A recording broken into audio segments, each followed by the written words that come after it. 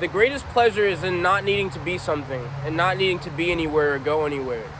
When you're content with just being as you are, then you don't get caught in the trap of needing to be something, needing to do something, getting into the addiction of habit.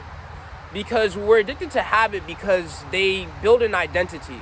We say, I'm somebody who goes to work. We say, I'm somebody who has hobbies. I'm somebody who does this and that. I'm somebody who has a son. I'm somebody who has a daughter. Or I'm somebody who has this activity. Because we want to run away from the fact that we are truly nothing. We're scared of silence, but we don't realize that it's actually the best medicine because it's beyond the need to be something. It just is as it is. And it's funny that we're so obsessed with action. We're so obsessed with desires and doing something, but we don't realize that actually we're beyond desires and our true state is actually beyond being a particular thing. But that's why we're so obsessed with doing something, because it makes us run away from this fact that we are nothing. The reason people have so much pain when they lose something is because they don't realize that they never had anything in the first place. Life experiences itself. There's no you experiencing life. When you eat something that you love to eat, it's your tongue. Without your tongue, you can't experience that food. And you can't take that food, let's say pizza, for example. You can't take pizza and your tongue out of the equation of life. So your tongue is a part of life, and that pizza is a part of life. Your pizza interacts with the senses on your, the taste buds on your tongue, and then you feel the pleasure of eating that slice of pizza, and then the pleasure is in itself in that moment, and then after that moment of eating, then it's gone. So it's actually the tongue experiencing the food, not you experiencing the food. You're just aware of the pleasure in itself. That's why enlightenment is pure awareness. It's aware of everything, but not anything in particular. But the reason you get bored is that you think that you're your mind. You think that you are anything that you experience. But anything that you experience is temporary. Anything you experience has nothing to do with you. Because there was an emperor who was fighting with Genghis Khan, and he had everything in the land. He was the absolute ruler. But then when he fought Genghis Khan, and after the war, he lost everything. He lost the war, so in the end, he ran away and became a beggar. And he ended up starving to death and dying, so he lost everything. See, he was neither a king nor was he an emperor.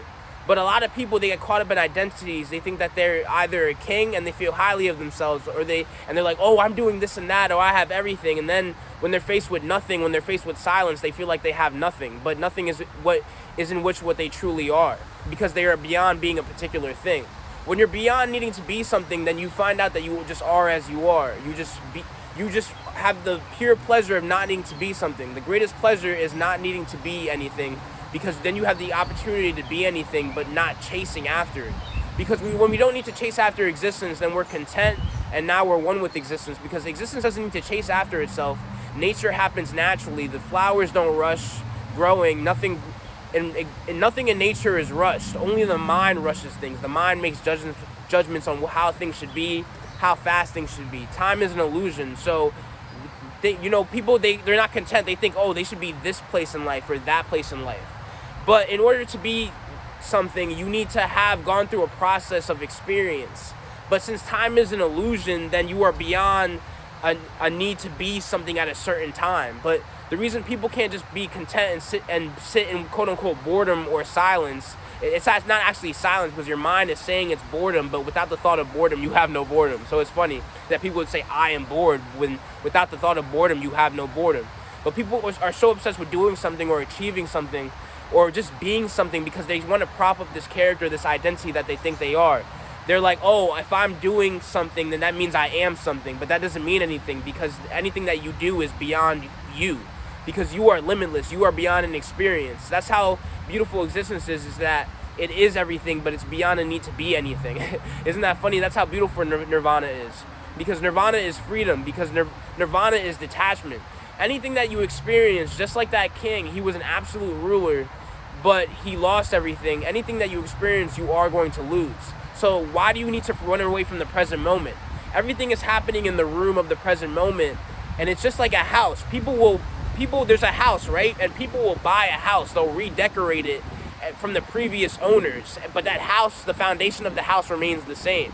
And it's the same thing, is that anything that happens in the hall of existence, only the now lasts, and the now is beyond being a particular thing. So you have to fall in love with the now, because it's the only thing that you're ever going to truly have. Even if you have a kingdom, it's not going to last. You may have a kingdom in a dream, and be a beggar in real life, or you may be a beggar in a dream and a king in real life, but it doesn't matter. Neither will last. You're going to go to the same grave either way. Because look at that king who lost everything. You see, some may ask, was he a king or was he a beggar? But he was neither. Because when he died, he wasn't a beggar anymore. And before he became a beggar, he was a king. So which one is he? That's the thing. He's neither. He's nothing. He's beyond everything, but he's nothing in particular. And that is what you truly are. You see, truly being a king or a queen is not needing to actually have anything to prove that you are a king or a queen. Because we see so many kings, you find in so many examples in history how, somebody who rightfully should have got the throne was usurped by somebody who was more greedy. Like, for example, the whole war where Krishna was explaining to Arjuna the transcendental knowledge, the truth. It was actually a war where the Pandava brothers, the 5 brothers, had gotten their rightful throne taken from them from this greedy person who wanted to just control everything. He didn't want the Pandavas to have everything.